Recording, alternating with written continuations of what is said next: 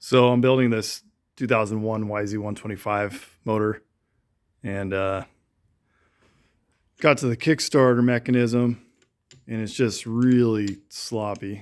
Speaking of sloppy, don't mind my mess back here. But just no spring tension.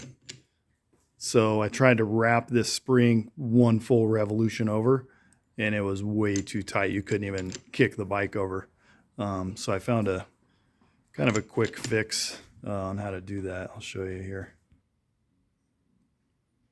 So with the mechanism out, you pull off the plastic part there, and then the spring is in that hole in the shaft. So it's clocked. And honestly, I think these gears are pretty stripped out. It's pretty clapped. So I think that probably skipped, and that's probably the main problem here. So I have the shaft in the vise, and this is the hole that's in there. And I have this drill, and this is an 1/8 inch carbide end mill. Wait for it to focus, maybe. There you go. There you go. So anyway, all I did, I drilled all the way through, and I was able to clock that spring, you know, to the opposite side. So there's my through hole. And then I just put the spring on. Well, you have to assemble everything, right? Assemble all this. And this doesn't matter. That's just holds it. That'll just slide. But I put the spring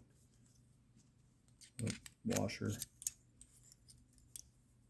Anyway, I put the spring in the opposite side of the hole, so now I have, you know, basically 50% of spring tension when I put it back on the bike. I'll show you what that looks like. Did you stop it?